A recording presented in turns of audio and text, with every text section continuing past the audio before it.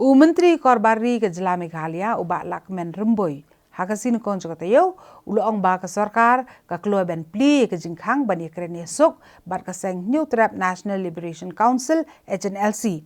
Kabade ka kenhun king atiar jong ke Jela ka ba hadu menta ka sarkar kampat yok pediang satya ya ka nu ke siti ni ke jingtho na ka ni ke kenhun ba kan terwa ban khot no sakami jing kreni sok. Ubak lakmen romboi uloong bak sarkar kan syemkiai kimat ke balapan pau ke HNLC bat ke jingkhang kaple banyakran nrai ke jingakran kalaban urlong tang laradon ke jingis thuk jengmut om bansuya berngan. Uloong bak sarkar kan pad yop priang ke siti na ke benta ban khot ekran nrai ke jingkhang ke sarkar kalong ke baple bakan yakran. Haga bedai bak ke jingkam ke HNLC bapen betai bom hastar simen namar bakam syem lasio ka khajna. Ubak lakmen romboi uloong mana kaliang jong uhi dan jengtip satya kene ke jengkam jong ke HNLC. Nre usim bet bekinong le kene kakam kidi gerunar bana kaliang jogi bor pulet kidang toket menta ban lumi kisaki bat kilapan klan ru iki bor pahara ban tek lakam mekom kini ke jengja adien habut.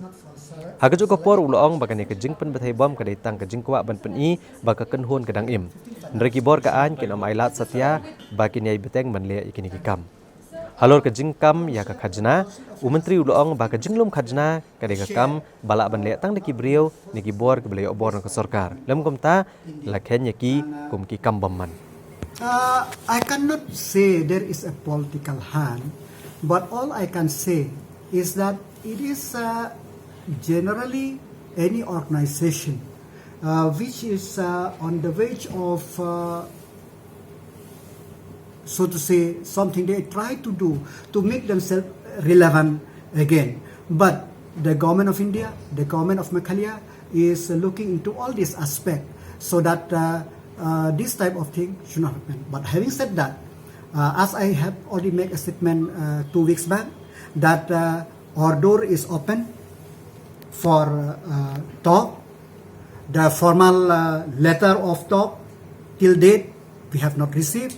And if we receive, then we will surely sit and deliberate. And if needed to open a formal channel or informal channel, the government is open to anything.